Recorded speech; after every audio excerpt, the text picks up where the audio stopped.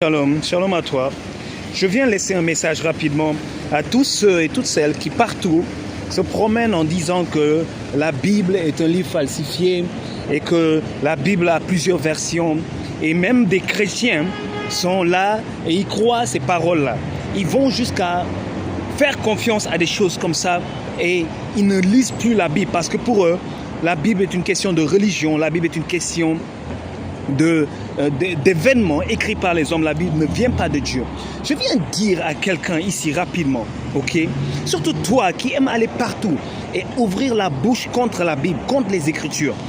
Toi qui prends de connaître que d'autres livres sont originaux, mais que la version originale de la Bible n'existe pas. Laisse-moi dire quelque chose tout de suite à ton intelligence. Faites très attention.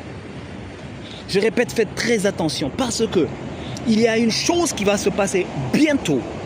Et quand elle va se passer, elle va ouvrir les yeux de tous ceux qui disaient « Oh, la Bible, elle est fake.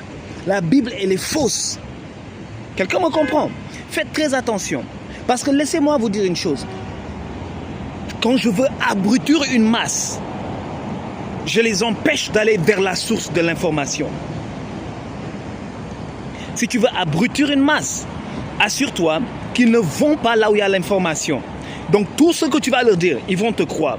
Et c'est le malheur qui est arrivé à la majorité des hommes sur cette terre.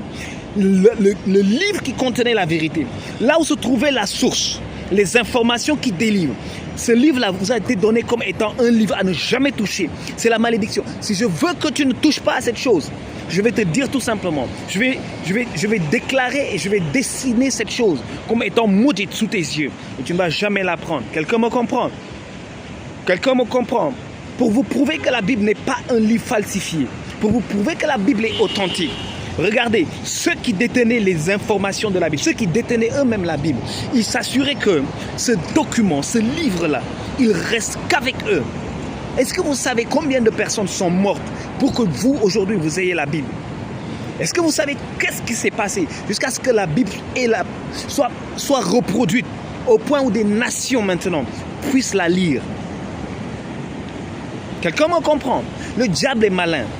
Le diable est très malin. Vous savez, dans le livre de Apocalypse, au chapitre 22, il est écrit quelque chose d'extraordinaire. Il est écrit, garde les paroles de ce livre et ne les scelle pas parce qu'elles vont s'accomplir bientôt. Mais mieux encore, elle dit si quelqu'un ajoute ou si quelqu'un diminue ce qui est dans ce livre, tu risques de le payer cher. Je viens de dire à quelqu'un, la Bible est la source. Toutes tes questions, ils trouvent leur réponse.